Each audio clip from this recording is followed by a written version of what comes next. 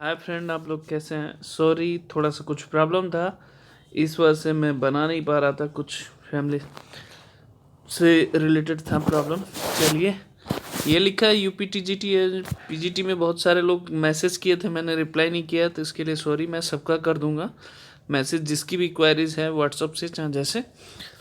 आज मैं इस पे 2-3 बच्चों ने मैसेज किया था कि सर प्रबंधक नियुक्ति नहीं कर रहे हैं, करने में प्रॉब्लम आ रहा है, तो क्या करना चाहिए, इससे रिलेटेड बताऊंगा। दूसरा, राजकीय विद्यालय जो एलटी ग्रेड का होता है, उसमें नियुक्ति कुछ पोस्टों की नहीं की जा रही है, जिसमें वेटिंग लिस्ट वालों को नुकसान हो सकता है। तीसरा पॉइंट हमारा, फॉरेंसिक इंस्टीट्यूट में 131 पद का वैकेंसी आने वाला है, और वेटिंग वालों को कब तक होगा, ये 4 मुद्दों पे हम चर्चा करेंगे। तो पहले एक एक करके बता रहे हैं। अब देखिए, जैसे मान लीजिए प्रबंधक मैनेजमेंट नहीं दे रहा है, तो आप क्या करिए, तो सबसे पहले आप डीआईएस जाइए। कहाँ जाइए? डीआईएस जाइए, यहाँ कंप्लेन करिए कि हमें ये प्रबंधक द्वारा ज्वाइनिंग नहीं मिल रहा है। अगर यहाँ नहीं हो रहा है तो आयोग जाइए। इन सभी जगह आप कंप्लेन कर सकते हैं। अगर जहाँ जहाँ आप कंप्लेन करिए, एक कंप्लेन की कॉपी एक शिक्षक संघ पे ज़रूर डालिए। शिक्षक संघ पे ज़रूर डालिए, आपकी कार्रवाई तुरंत होगी। जो भी मान लीजिए डीआईएस का कंप्लेन कर रहे हैं मैनेजमेंट का, या मैनेजमेंट का कहीं पैसा मांगा जा रहा है, तो एक कॉपी आप डीआईएस ऑफिस कंप्लेन करिए, दूसरा उसी कॉपी को आयोग भेजिए, और तीसरा शिक्षक संघ में भी इस कॉपी को शेयर करिए। तो आप किसी तरह के प्रॉब्लम से बच सकते हैं।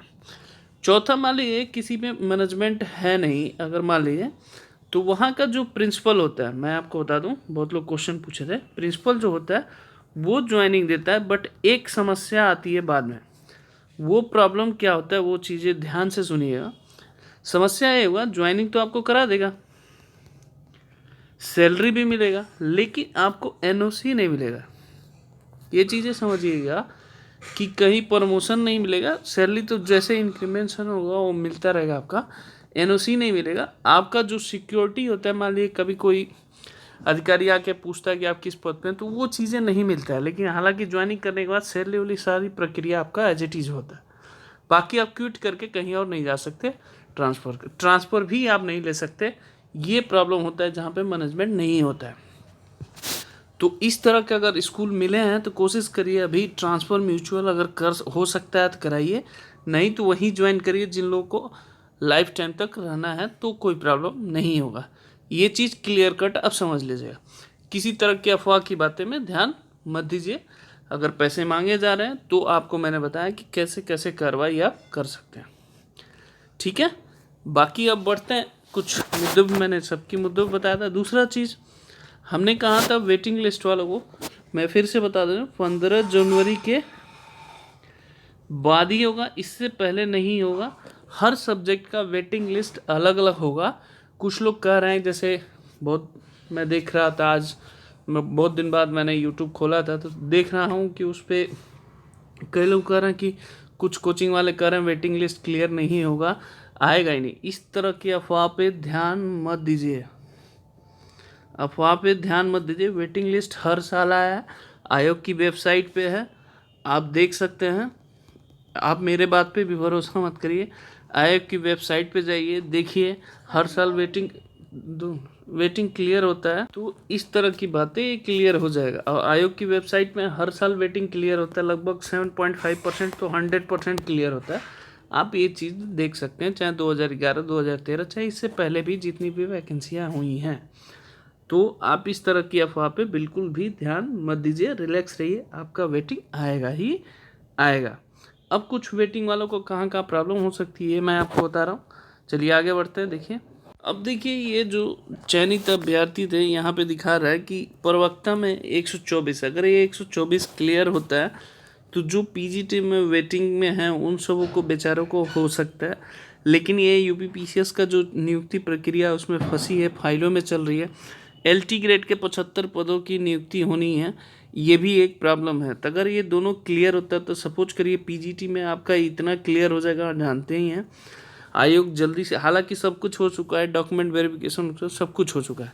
जब तक ज्वाइन नहीं होगा तो कुछ लोग यहाँ निकल जाएंगे एलटी ग्रेड में, तो उनको ज्वाइनिंग मिल जाएगा।